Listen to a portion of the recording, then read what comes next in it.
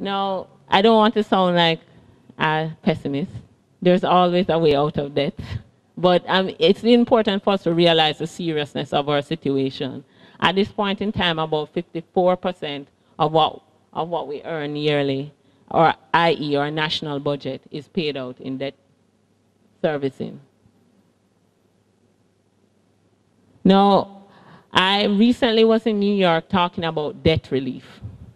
And number of experts from different countries sharing their experience of debt, from the prospect of illegitimate debt, i.e. debt under a dictator that wasn't used for the purposes for which it was borrowed, and how to deal with that problem, to middle incomes, highly indebted middle income countries, Jamaica, among other debt problems.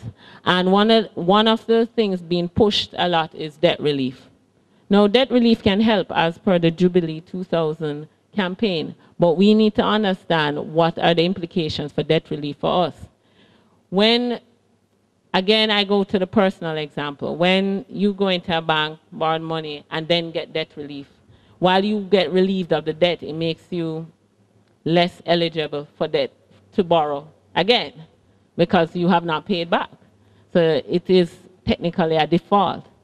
Secondly, while debt relief will help us, debt relief as it stands right now by the international programs refers to debt that we borrow from multilaterals.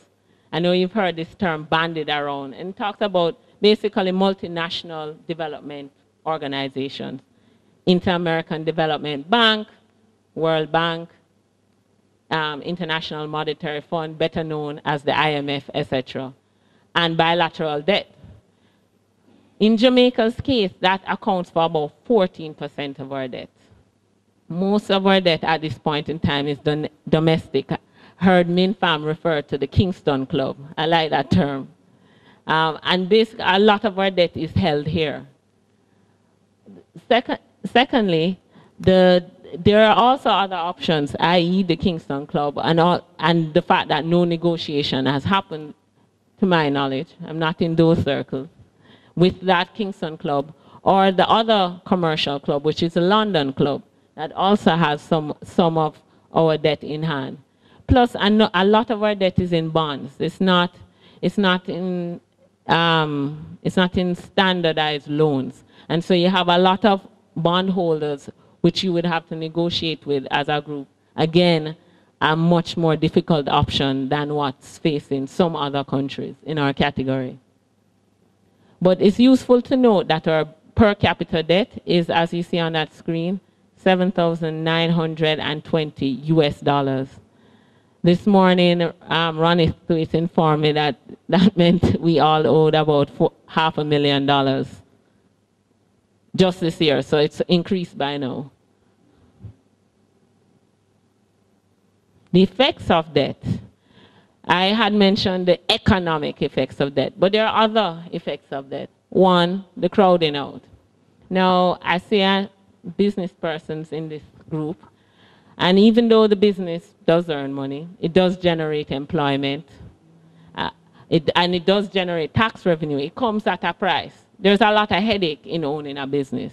When you have bonds that are out that earn a decent interest rate with much less headaches, why not buy bonds? And so we've had an investment crowding out in our private sector. There's also the fact that with 54% of your budget going to paying and servicing debt, where's the money left for the social spending? Our newly quote unquote crowned security minister is talking about the crime plan, etc. But the money for the crime plan is and has always been a problem. We know about this crime plan. It has been there for a while, but the cost of it, do we have the cost for those kind of social programs? I saw Lawman Lynch walking in to talk about the fact, and he can speak to the fact that in the social sector there is a need for funds, but where are those funds going to come from? Are we going to borrow them again? There's also the issue of taxes. The fact that in former times, taxes were raised to make that money, despite the fact that we had that primary surplus. And then the need the big social need for hurricane mitigation and other such measures, again, where are those funds coming from? The fact that 54% is going off to debt servicing, where are we to find the funds to do that without borrowing it? And that's why that is important to all of us. How we can fix it. Now, despite all the pessimism of the situation, highly indebted country, etc., we are not the first indebted country in the world, and other countries have come out of this. How can we do it? We decided to look at different scenarios that spoke to how can we get to, one, a balanced budget, which means we actually spend what we earn, and two, how do we get to a debt GDP ratio that is less than 80%, somewhere approaching good health.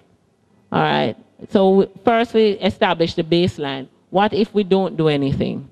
What if we just continue as is and let the situation continue? What would happen? Now, if everything stays as is, we get to a debt GDP ratio, i.e., we start earning more than we pay out in 13 years, and we get to a balanced budget in 8 years. That is us doing nothing. Nothing meaning we don't acquire exorbitant, we don't have another 2001 basically. So can we do this sooner? Because can you imagine walking into, say, any of the commercial banks and saying, I will be solvent in 8 years, lend me money? That's an unpardonable, that's not that's a difficult situation to present and say, please invest in me.